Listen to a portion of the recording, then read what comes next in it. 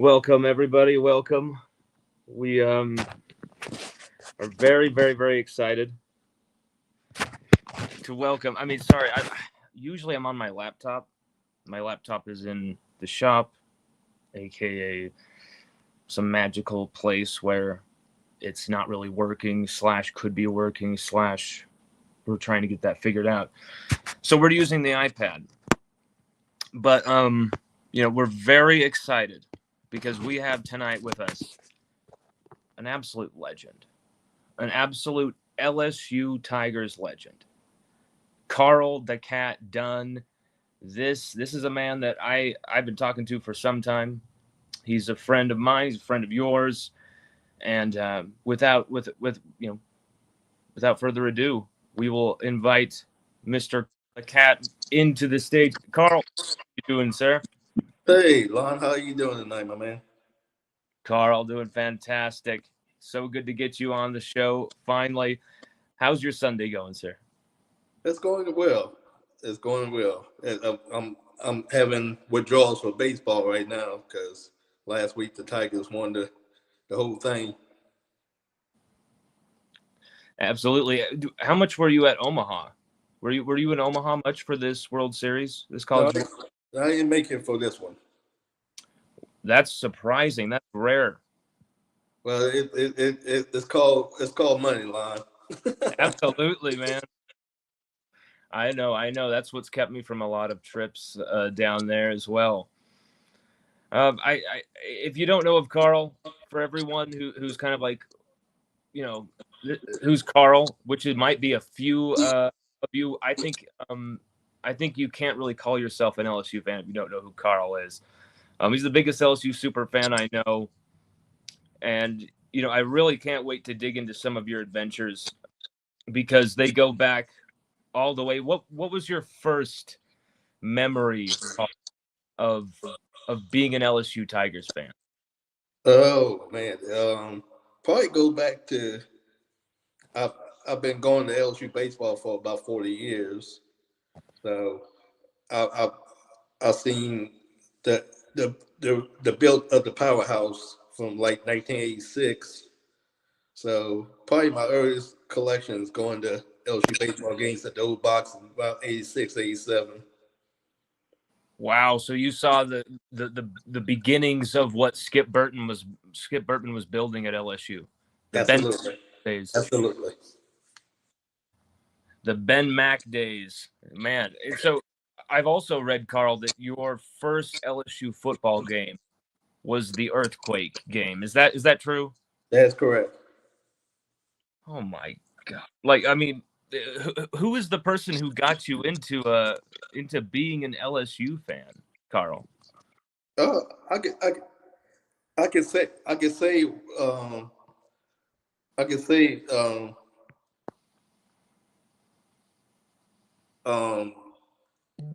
my great my grandmother. I grew up because she worked at the university. Your grandma worked at the university. Carl, I think we've lost visuals on you, my man. Oh, There you okay. go. There you are. So your grandmother, she was taking you to games.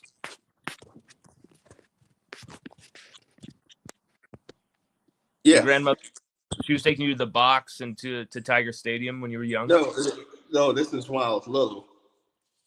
Yeah, when you were little. Yeah, when you were young. Yeah, this is like when I'm almost 59 years old, so this is a long time ago. This is like in the 70s probably. So wow, okay, that's awesome. That's an era of LSU that gets really skipped over. Um, when did you tell yourself though, Carl, that like I'm gonna be an LSU super fan. I'm gonna try and make everything I can go to that I can possibly be there for. When did that kind of you kind of cross that bridge from being a regular fan to being a Carl the Cat super? Probably around baseball, like I said.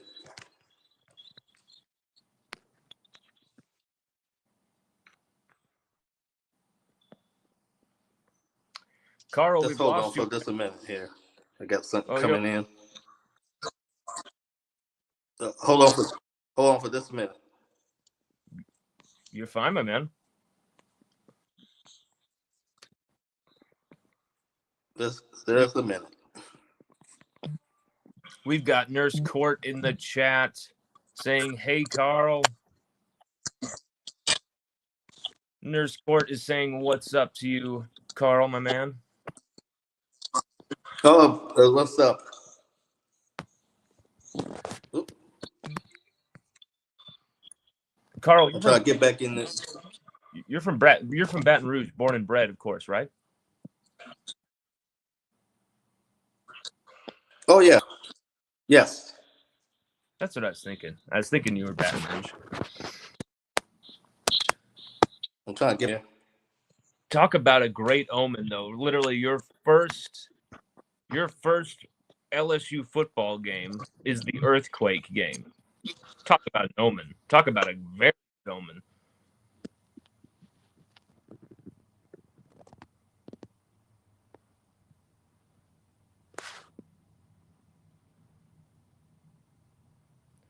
We've lost visuals on Carl for just one moment. Hopefully, we can get him back.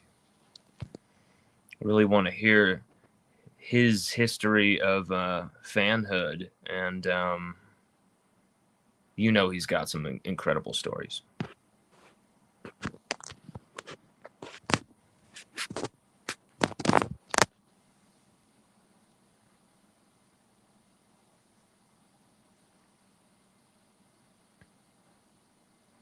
Looks like we're getting Carl back in. Ooh. And then Carl left. Man.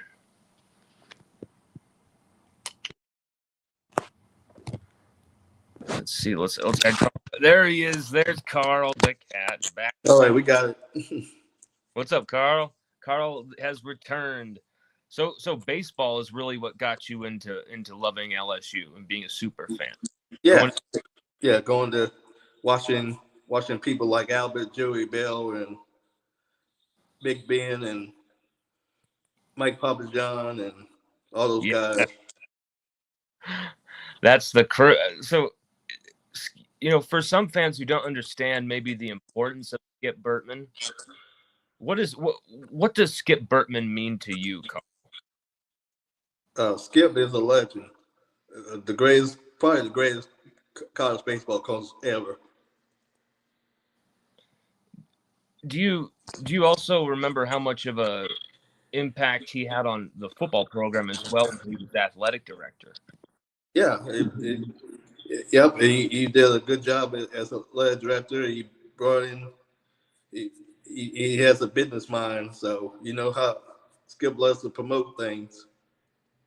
Yes, and he really helped Saban big time in that really crucial era. And LSU has been really easy for. I mean, look at some of the athletic directors we had in the past. We had F. King Alexander as our president at one point. Joe Oliva, and the ship was still going fine because of the establishment those men set up. So, I mean, I see Skip Bertman not as just a baseball powerhouse and the greatest college baseball coach ever, which you said as well.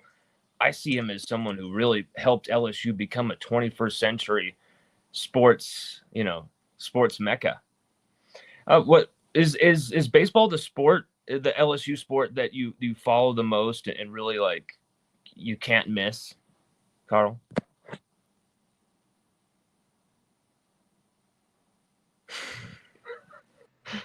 Carl,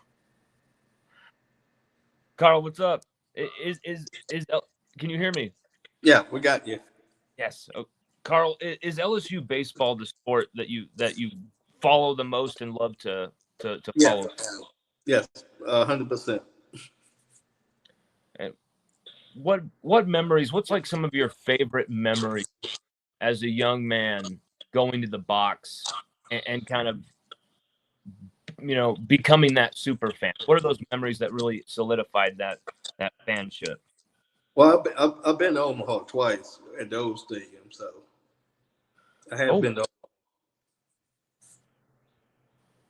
What year? I went in 2000 and 2009. Wow. So you saw Minieri, and then you saw Skip Bertman's last, right? Was 2000 was Skip Bertman's last, right? Yeah, his last World Series. Yeah. See, I don't know too much about the baseball. I'm not going to say I know anywhere come close to like people like you or Steven or a Chris Dimwee, these people like that who really know their LSU baseball. Chris, LSU baseball, former Tiger himself. But that's really cool to me that it isn't just LSU football. It is actually more LSU baseball that gets you going. But as far as LSU's college football program, what memories do you have, Carl, from that 2003, that championship team in 2003, the first college football championship that we were able to experience in our lifetimes? Yeah. I remember the Georgia game in 2003. Skylar Green catching the pass from Matt Mark in the end zone there. That moment, you were there for that moment. Oh yeah. Yeah, I've been to lots of big moments in LSU history and stuff. I've been to let's see, I've been to two national championships. Well, three national championships. I really don't count the Alabama one. That's kind of like it was a thing we need to forget about. I know. So you were there for that day, that 2011/2012 BCS beatdown, the shutout. What was that? What was that game like? It wasn't good. Obviously, but deeper than that, because that game, it was like watching your defense out there for 3.5 quarters. Your can't get past the midfield line. It was one of the weirdest things I've ever seen. But we were still in the game with like a few minutes left until that Trent Richardson run killed us off. But what was that like, really, for you? Was it kind of suffocating game to watch? Yeah, it was. It definitely was. I mean, Coach Miles never did change the game plan. He went to the same game plan. He went with the Alabama game the first time and never changed that or quarterbacks. Yeah. Yeah. There was always been speculation on if there was a dust up in the locker room about, hey, we got to have Jefferson be benched. We got to get our backup. There was so much talk about who's going to be the quarterback because of how bad Jefferson was, throwing the football. I just don't know how there was so many issues in that game. We could not hold. You can rip on Jefferson as much as you want, but he had no time to throw the football in those games. It was nuts in that national championship game. The play calling was all wrong. Everything was bad except for the defense. I mean, the defense kept us in the game for 3.5 quarters. I mean, what more can you ask for? Except for maybe a pick six, obviously that would have helped. Yeah. Actually, in that same year, 2012, the same year of that BCS national championship game lost to Brad, you actually pulled off something incredible, Carl. You popped the question. You proposed at an LSU tail. Well, actually, a proposal before that, we got married at Walk-Ons. Oh, okay. Let's put those. I mean, this is epic. That's what I'm talking about. That is what I'm talking about. How did you get the idea, and who came up with it, and what happened? How did it all go down? Well, it went down with a good friend, Gordy Rush of Eagle 98,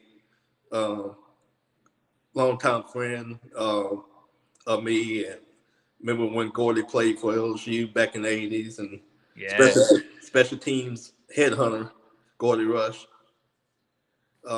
He had this idea to put the wedding on the radio before the LSU Townsend State game. So it was I was part of the pregame entertainment, you can say. Let's go, Gordy. Let's go, Gordy. We've been we've been talking to Gordy for a bit to have him on the show as well. That is insane that Gordy. That's so cool. Gordy is a great dude. That's such a great story right there. And did the party go on the night? Was this a game? What game was it that you guys got married at? Oh, Townsend State. Okay, so you were like, we're gonna make sure it's a victory. We're not gonna be Yeah, scheduling. yeah. We got field passes before the game and stuff. We was on the field and before the game, and they put us on the big screen. The only time that they put a married couple like that, that's getting married on the big screen, Dan Bonet said this will never happen again. Wow. Carl the cat has some friends. We can say that. Carl, who for you in all your years, all the games you've seen, all the experiences you've had, all the people you've met, players, who in your mind single great LSU Tiger? Oh man, that's a whole lot. I mean, I know so many great guys. I I know you do. I, I, I mean, I can rattle off names like Rick Green, Chad OJ, Ben, and uh, Doug Thompson. I mean, was probably part of one of the greatest teams ever in the 1997 um, World Series. They hit 188 home runs, which haven't been broken since. Yes. That team is legendary. Wow. So you would say some members of that 97 team. Yeah, I'll say some of that 97 team. I mean, you gotta love the honey basket too in football. Oh You yeah. got you gotta love in basketball. You gotta love Shaquille and Chris Jackson, Stanley Roberts, Ricky Blanton, uh, Strohmeyer, and all those Yeah. guys. And I mean, the Final Four team in '86 and 2000, 2006. How do you stand on that whole the name of the basketball court? Do you want that to be Dale Brown Court? Yeah, I mean, the man did lots of good things at this university. I mean, he pretty much put butts in the seats, and I mean, he had. I still think the 1981 Final Four team is probably the greatest team we ever had. Um, if Rudy Macklin don't break his finger, they win it all. I mean, you have a very good case to make. I mean, I think who else was in that 86 Final Four? Wasn't it like a young Krzyzewski Duke team? Syracuse, right? It was Louisville, I think, because we lost to Louisville, and they went on to win the national championship. I think we beat Kentucky to get to the Final Four. Let's see here. It was, yep, you were right. Louisville, Duke, yep, a young Krzyzewski team that I was thinking of. They were the runners up. And then Kansas joined by LSU. You were dead with that. Man, Carl, who is the most overlooked and underrated Tiger in your opinion? Oh man, you come up with some hard questions there, Lon. That's my job. You come up with some hard ones. I mean, underrated. You've got the keys to the vault to LSU history, my friend. I've got to ask. I mean, you got a lot of guys that did grunt work and stuff. I mean, you got your. I'm trying to come up with somebody. Try to come up with somebody like a Pat Garrity in baseball. I mean, he hits the big double against Texas A&M in the 1989 regionals. Texas A&M was probably the best team in the country, and LSU had to beat them twice in College Station. And and Pat Garrity comes up with a big hit to put Tigers in the World Series, and Ben pitched relief and came back and pitched again the next game. Wow. You're making me like really want to go on a deep dive into LSU baseball history, because it's like they whooped that. They had belt to A&M ass in the regional, staring down the barrel of a gun, take them out in College Station. Had Pat, to, I had almost, to, had to beat them twice, and A&M was the number one team in the country. oh, I love it. Oh my gosh. And that was probably a year A&M would have been able to get over their championship donut duck streak. And LSU was like, nope, denied. I love it. I love it. Carl, this season, 2025 LSU, a lot of pressure on Brian Kelly to Yep, a deliver. lot of pressure. What kind of vibes, Carl, are you getting from this squad, and where do you think this season is headed? I'm loving number 13. You're loving what you're seeing from Nuss. Yep. Me too. You saw what he did at the Manning Passing Academy, right? That target thing. Everyone's just going. It's not just that, oh well, he threw a football and he hit the target. It's the fact that everyone around him felt the aura of what he's doing and what he's about. He made Arch Manning a fan. Arch Manning's almost like bent the knee in a way. Like, if we get to the SEC title game, it's yours, Nuss. Like, oh man, like they've got a cool friendship, but Nuss has some real type of aura. There's just something special that's brewing. What did you think coming out of spring, Carl, about this LSU Tigers team? About the new faces? I like some of the new faces. I'm liking the receiving core, of course. I mean, I think Nuss can get it to him, but you know what it comes down to? The O-line. Yes. Oh my gosh. Yes. And they're going to be tested in week 1, big time, by Clemson D-line. They will be tested big time. And we're going to see, can they figure it out? Carl, I really hope that they keep going with that misdirection run, where they get guys out in space, they move, and they pull those tackles, pull those guards, counter, all these type of misdirection runs. You don't want some of these offensive linemen, a Paul Mubenga, potentially, DJ Chester, most likely.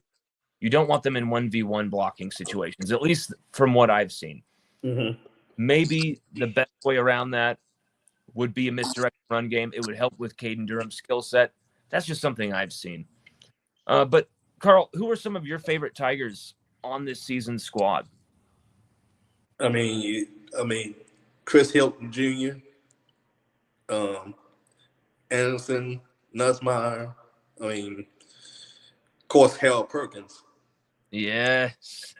So you're a big receiver fan. You love your receiving. I love my offense. Yes. Yeah. So I guess Joe Burrow spoiled me by getting all these 50 and 60-point games and stuff. Man, that was the season to die for. Carl, you brought it up. I was gonna ask you about 2019, but now we got to jump into it. What was that like? How many games were you able to witness? What was that season like for you as a fan? Oh, it probably greatest season ever. I mean, you start off with Georgia Southern, whoop them. Then you go to Texas. That game. Then you go third and 17. Third and 17 was the biggest play in that game. Justin Jefferson, one move and then he's gone. Matthew McConaughey in tears. Yeah, using some colorful language. Yes.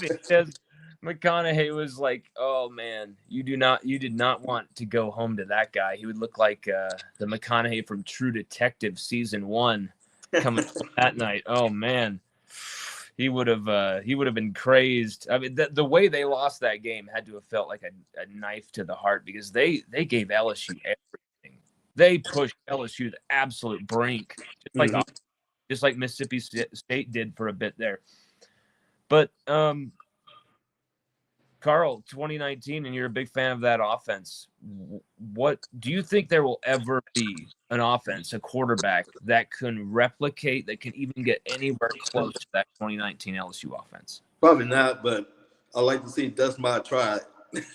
Exactly. You want to see them like JD5, the 2023 offense. You Yep. know. Yeah, it just needed some defense for JD5. Oh, oh man. Okay. Let's get into that now. Carl, Carl, were you as shocked as I was at how the defense with Matt House 2022 they looked okay. You know, Yeah. they didn't look like terrible or anything like that. They won some games for us. In 2023, were you just stunned by the fall from grace? Yeah. I mean, I was ready to ship him out mid-season. I think that should have happened. I think it could have saved the season potentially. Oh yeah, definitely. I think it would have, but they did get rid of him. So I'm liking Baker here, Coach Baker here. How you've seen him improve the defense already big time from year one to year two. Last year Matt House to year one he comes in. You've seen how he's improved at Missouri. Um, what are your expectations for this year's defense? How good will this year's defense be? I think we're gonna be shocking some people here. I think they gonna get, if they can get in the top 50, something like that, the top 30 or something. I mean, that'll be definitely an improvement. Hey, you know what, Carl? If they get top 30, top 50 even, I'll take number 49 right now. If they said, hey, you know, no ifs, ands, or buts, no matter what happens, you're guaranteed to have a 49th rated defense by year end. I am taking that right now because I think Nussmeier, that offense, Durham is your running back. You got Caleb Jackson right in behind, a good thunder and lightning combo there. Harlem Berry. You got these weapons like Xavier Thomas, Barry, and Brown. Not to mention the guy you said, Aaron Anderson, led the team in receiving last year. Chris Hilton Jr., downfield threat. We're not even mentioning Des Miller, Nick Anderson, Yeah. Bauer Sharp, Trades Green, who be an automatic red zone touchdown every time the ball goes to him. There's so many weapons on this offense. How Mm-hmm. how many touchdowns does Nussmeier throw this season, Carl? Oh Lord. Hopefully, it won't be Joe Burrow numbers. It won't be 60 or something, but I mean, he could throw at least 25, 30 probably. I think with last year throwing 29 with that receiving core, I think there has to be no less than 40. Jaden Daniels threw 40 in a season where he was running all the time, scoring touchdowns at will, running the ball, breaking it for 70, 80 yards, as you witnessed in person. I witnessed him do that a few times in person as well myself, but not as many times as you. But Nuss, it seems like the running the football and being mobile is actually the secret weapon this year. For maybe if he can add that piece to his game. I You think I think I think you might see us take off for for a draw play or something. well, even just getting those 8 or 9 yards that are there, he drops back. There's just those huge spaces. No one is covering them. Go for it. He's got the mobility to do it. He just doesn't.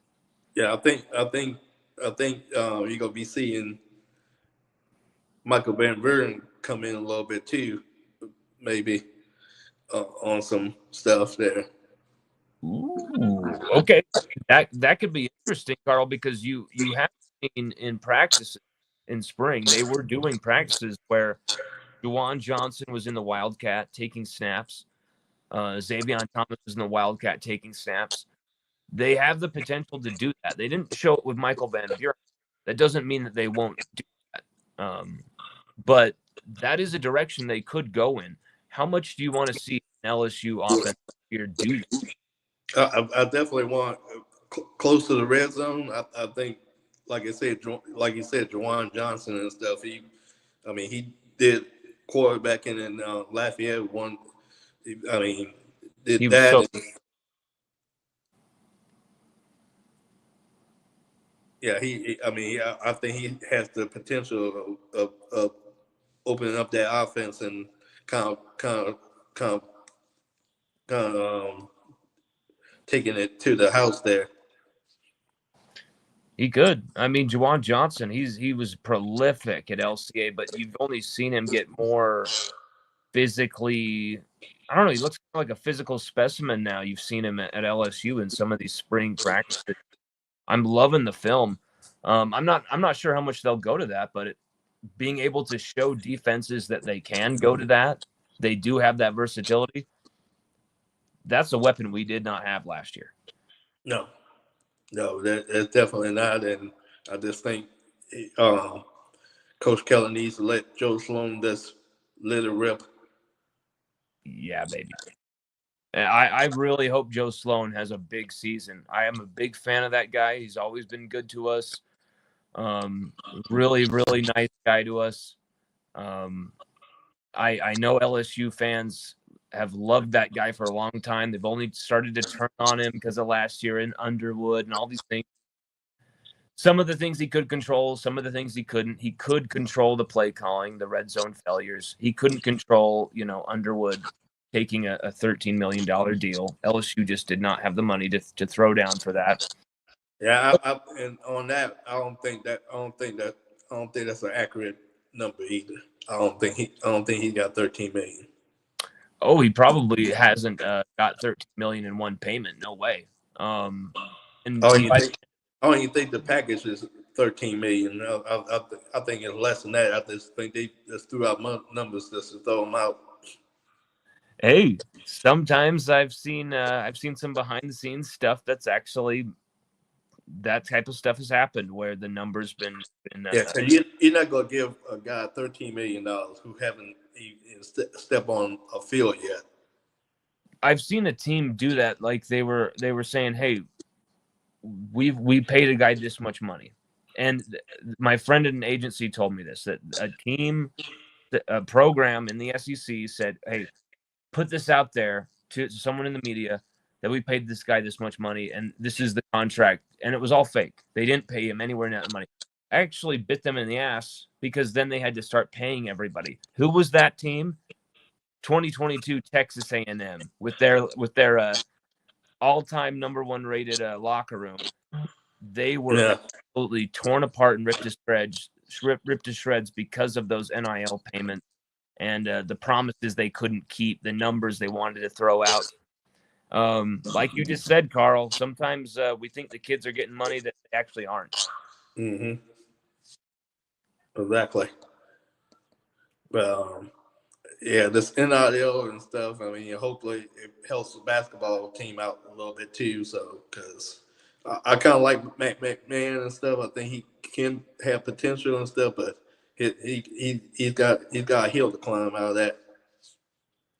Oh yeah, and you thought that this would be over after a few years with the old Will Wade stuff had dissipated. All of the people who left, the entire team left, and it just shows that you can't really. It doesn't take one season to solve that. It doesn't take two seasons. I think even if John Calipari himself came to LSU the last few years, he probably most would probably have gotten LSU like a Sweet 16 maybe. Mm-hmm.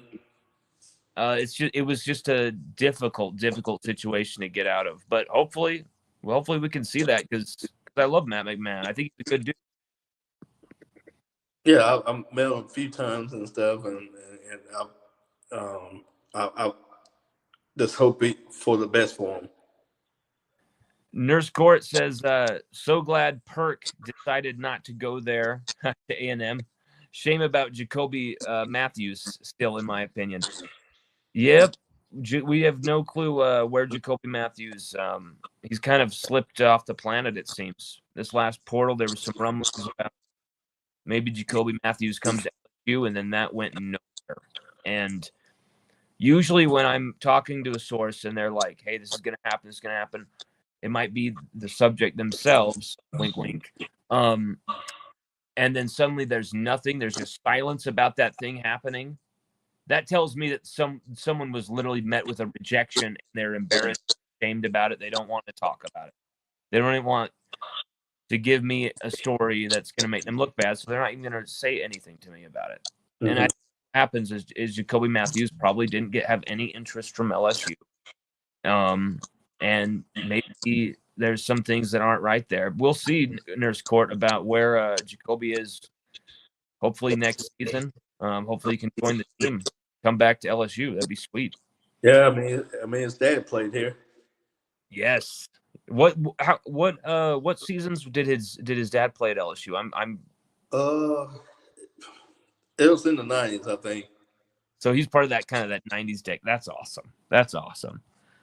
Well, I don't know. I mean, it might have been, I think, around the Donaldo time, I think. Hey, you're still probably 100% correct because it's obviously Jacoby Matt. I mean, whether he played in the 80s or 90s, you know your stuff about him. I didn't even know that. I didn't even know that Jacoby's father played at LSU. Yeah. That's why I'm asking you these questions, my man, because Carl the Cat knows his stuff. Carl, what would be your season prediction right now if you could kind of surmise where LSU will go in 2025? Oh man, that's so tough. And I mean, it all comes down to August 30th. See what they do against Clemson. If they get past Clemson, I think maybe 10-2. Do you think that game is make or break for this season, the Clemson game? It's make or break for Brian Kelly, but I think it's not break for the season. But I mean, you lose every home opener since you got here. It's more make or break for him than the team. I think they can bounce back, but the Nails gonna be restless. It will be insane if LSU loses that game. It will be hard to really even fathom the criticism and the kind of the bad vibes. But do you think this team can survive that psychologically? Do you think they have enough veterans? I think they got enough veterans on the squad. Like I said, Nussmeier's gonna be locked in, and it's got a few veterans on the defense and all that. I think those guys gonna rally around and stuff. They especially after happened with last year in Vegas and stuff. They're not gonna let that happen again. They can't let that happen. I mean, 6 straight openers. That would be. Can you even fathom that? I mean, losing 6 straight openers is simply nuts to me. Yeah, I'm not too fond of going back to the Texas Bowl. Yeah. Oh no. It's becoming like the annual LSU bowl game. It's got to be done. I mean, you had a year where LSU probably should have not probably LSU definitely should have been in a national championship game and winning it the year Jaden Daniels wins the Heisman in 2023. And yet we were in what, the Cheez-It Bowl or something like that? Which wasn't too bad. I mean, we did do good and stuff, but it wasn't to LSU's expectation, you can say. No, especially when you have an offense that can do what that offense did, just putting up points automatically. Your defense just needed to take the ball 1 or 2 more times a game, and you're in the championship, and you're probably destroying Michigan in that game. Yeah. Because I think winning would have breeded defensive confidence, and I think if Whit Weeks had remained a starter as a freshman, and they didn't put him back on the bench, maybe we do it. Who knows? Yep. That's a what if. There's lots of what ifs.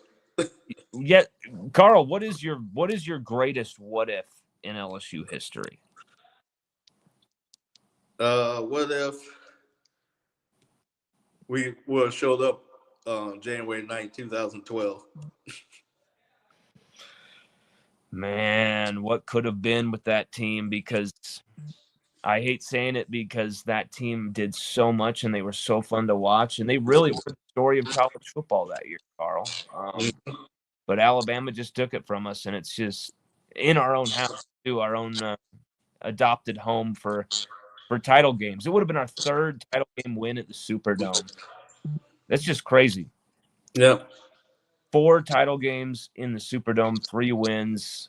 'Cause I was there. 'Cause I was Carl's there. been to them all. I ain't been to all of them. I didn't go to 19, but Oh, 19 was a little bit too pricey. crazy those tickets. But I did go to 2003, 2007, and the infamous January 9th, 2012. Carl, you're the man. So, Carl, thank you so much for joining us tonight and for hanging with us. I can't wait to formally meet you this fall, and hopefully it'll be a really incredible season for LSU. I think it's going to be. I think all the ingredients here for an awesome LSU Tigers season, and hopefully we'll get to enjoy it together, my friend. Yeah, I would too, but I got some more stories if you. I mean, I got some more baseball stories if you'd like to hear them. Oh, really? What? Go for it. What baseball stories you got for me? I mean, I could give you some regional action there.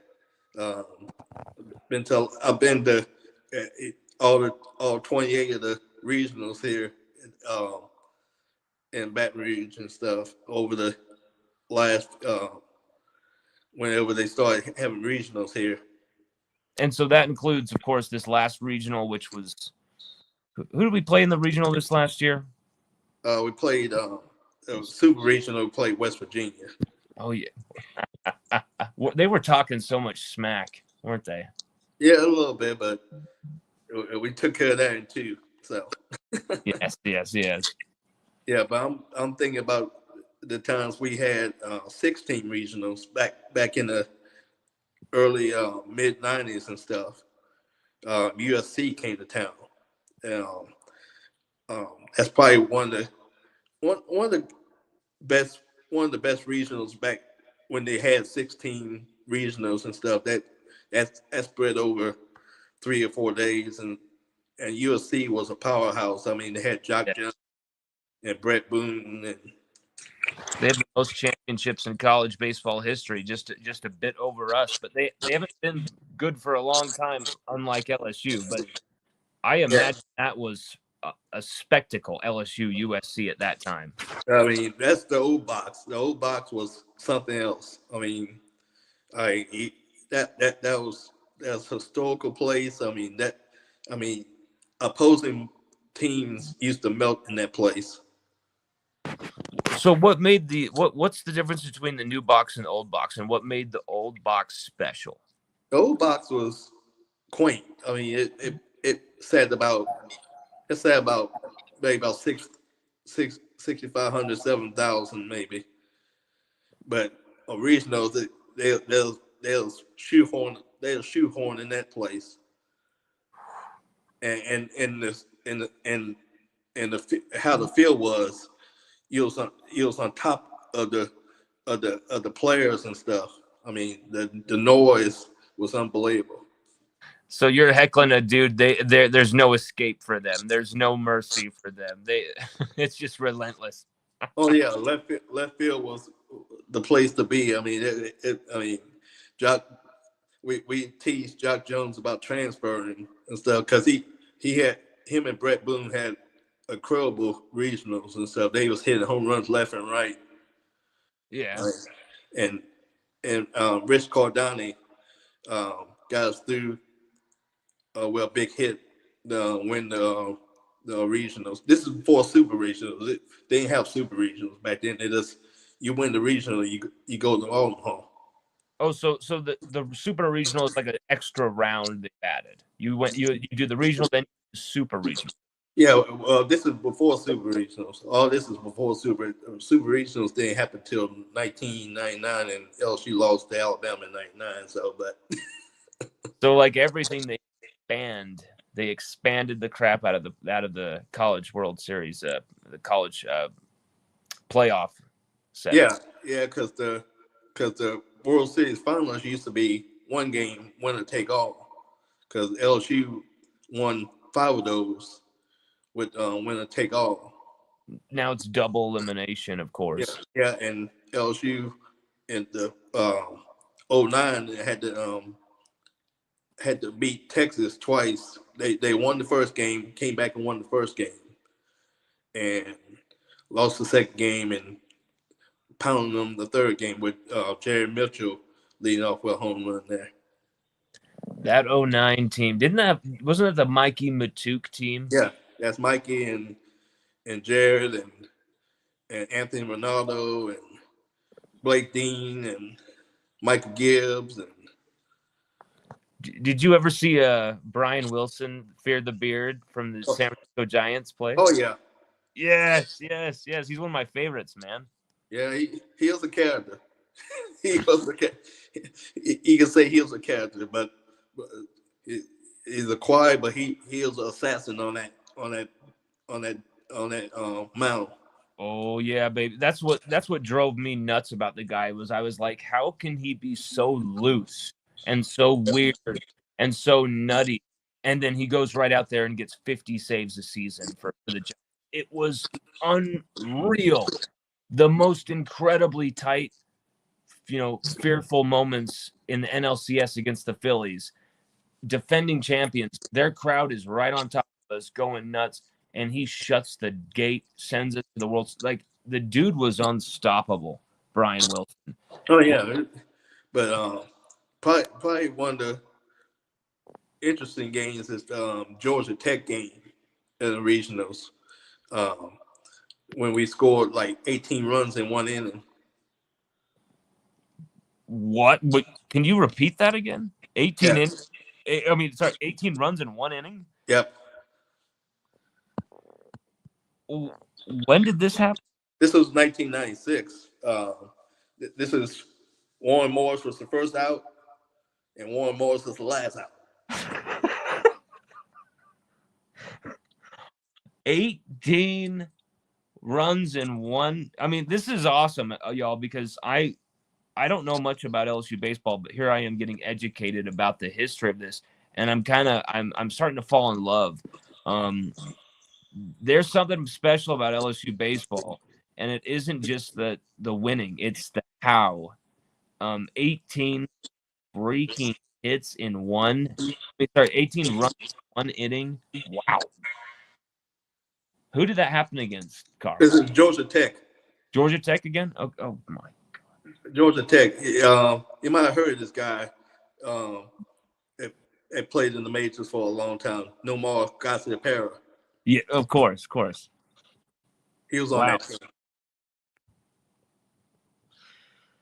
Wow. You can see Nurse Court saying in the comments, the old box was quote unquote cozy.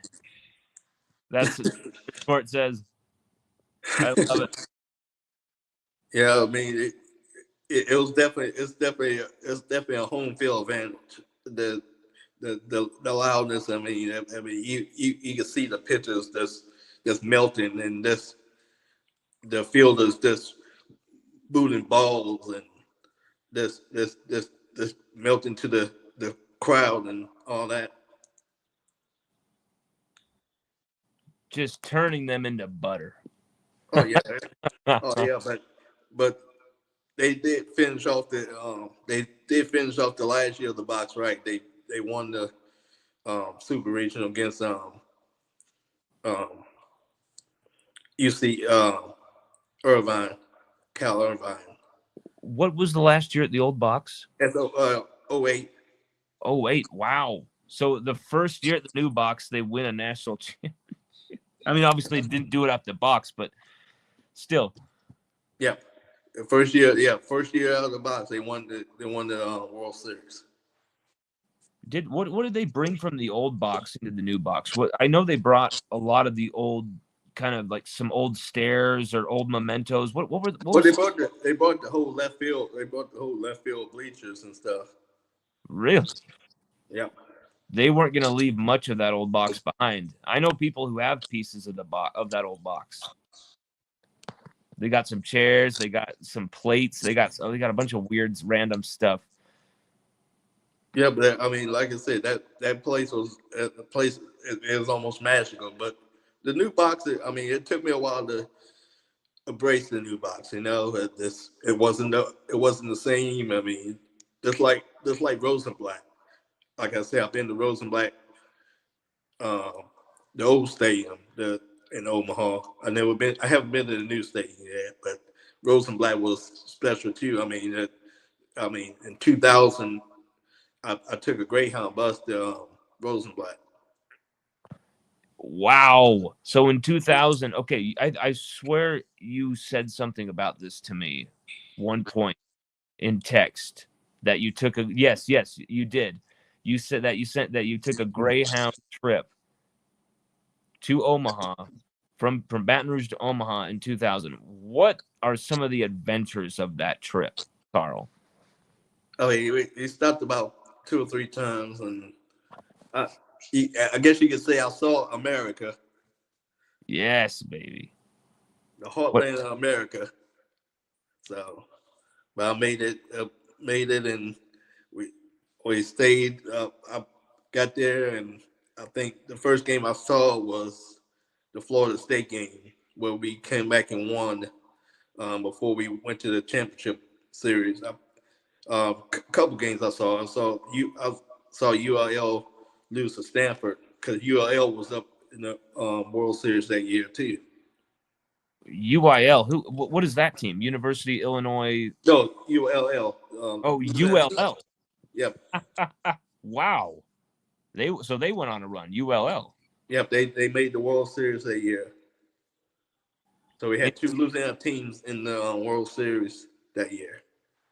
So we beat University of Louisiana Lafayette in a No, college World we Series. we beat Florida. We beat Florida State and Oh, UL in the finals.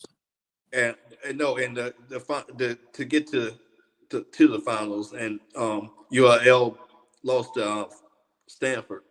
Okay. I thought you were meaning that LSU faced off against them in the championship. I was like, whoa, in the finals. I'm like, whoa. But no, you're okay. I get what you're saying now. That's crazy though that they even got to a college World Series. But that's college baseball. I mean, it's kind of something that I'm getting new to. I'm getting accustomed to. But it seems like these smaller programs have quite a chance, whereas college football, that door is kind of closed. Oh yeah, yeah. Baseball, you can. Look at Murray State this year. The Murray Yep. State Racers.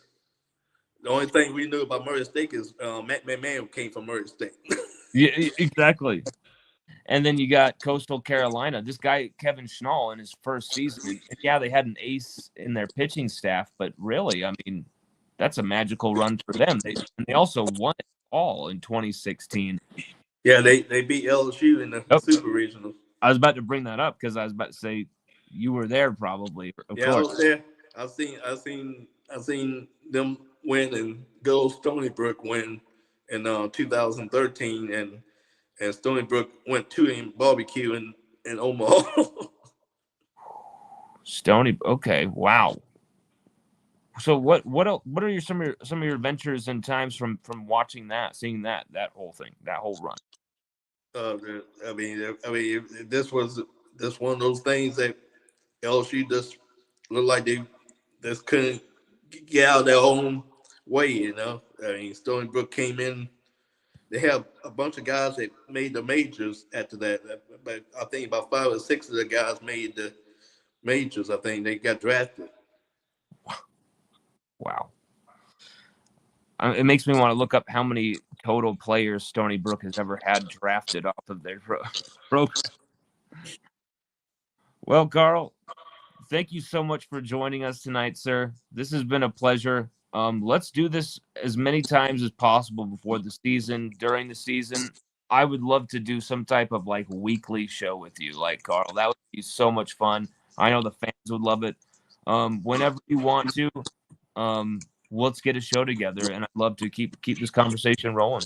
Yeah, let's do it. I appreciate the invitation and stuff. This is my first time I'm actually doing an interview and stuff about everything, and maybe one day I'll sit down and put pen to paper one day and write all this down. And Yes, that someday should be today, tonight. Start it. Do an outline. Start just kind of writing a skeleton of it. Like we'll start it with, my youth, my grandma taking me to the box, just kind of outline where you want to go with it. Yeah, I mean, like I said, my grandmother, she died in like 1973. I was like 6 years old and stuff. She used to work on the campus. Actually, she was one of the cooks in Broussard Hall. So I used to drive up. I mean, my mama used to take me up there to pick her up for work and from work and saw the campus and used to get here Tiger Stadium from my house on clear nights. Man, rest in peace. What was your grandmother's name? Rosalie Ford. Rosalie. Man, when you were only 6, I'm sorry, man. That's way too young for you to lose your grandma who was taking you to the box, man. She was showing you. Well, she Do you, even never took me to the box. She just took me on campus. I just saw the campus and how pretty it was and all that. So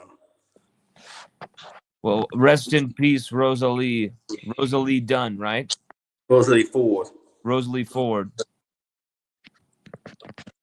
Carl, you're the man. Thank you so much for joining us. And really, anytime you want to hop on the show, let's talk to me and let's get the show together and we'll get on. Yeah, I appreciate that and I appreciate the invite and hopefully we can meet up one day and just uh, collaborate. This season, it is happening. This fall, it is happening, my friend. Mark it, book it. It's done. I will see you in September, my friend. That sounds good. I think the first home game is what Louisiana Tech or somebody like that. I think can't remember who we played first home game. I think it's I think it is. Louisiana. I think it is Louisiana Tech. Yeah, it is. I think it is Louisiana Tech.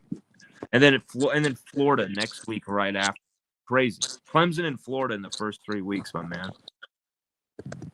But I think this is gonna be. I think this go.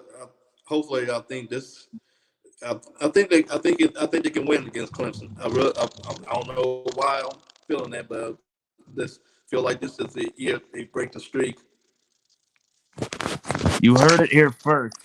Carl the Cat just said this is the year LSU are going to get it done, going to end that streak. What is that sound? It sounds like a weird octopus. Carl, thank you so much for joining us. And All right, we'll be talking to you, my man. Thank you, sir. all right, yeah. Sorry for that noise right there at the end. I'm not sure what that noise was. Sounded like a robotic octopus. That was weird. Everybody, thank you so much for joining us. Thank you so much for listening in to Carl and his amazing stories. Sorry if I ever appeared to interrupt. There was a little bit of a slight delay at a few points of our conversation with his audio coming back to me. There'd just be this little bit of a delay, so I maybe jumped the gun on a few things. Maybe it seemed like I was interrupting him or he's about to start. That is my bad. Technical difficulties probably from the phone he was using. I probably should have just said go with your laptop. I said the phone would probably be okay, but I probably should have said to go with something else. But still, it worked. We got to hear from Carl. That's what mattered. Carl, we could hear him. He was clear as day, and you got to hear his adventures as an LSU Tiger super fan. Someone who's never really sat there and, hey, give me attention, put me on the news, put my picture everywhere. He's not someone like that. And I think within light of recent events, Carl needed to be given some love, absolute love for kind of the fan he always has been.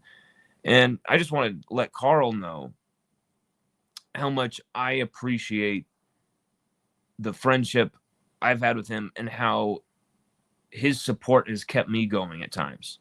There is some incredible things that Carl has done, the wisdom he's imparted towards me, some of the feel of the area that he's been able to give to me, just the wisdom from Carl. It's great to get him to sit down here and to kind of go through it all. And I really want to do more of that, and really look forward to doing more of that.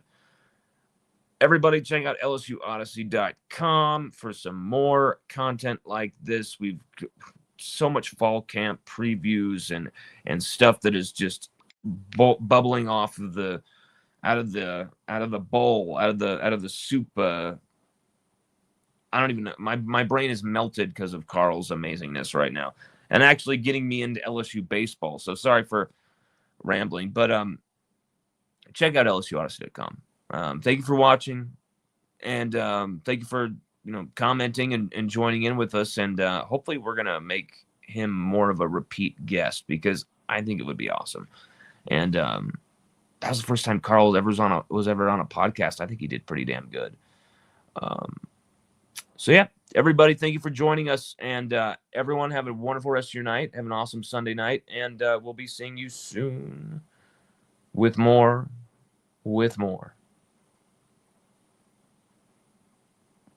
from LSUODYSSEY.com. LSU Odyssey.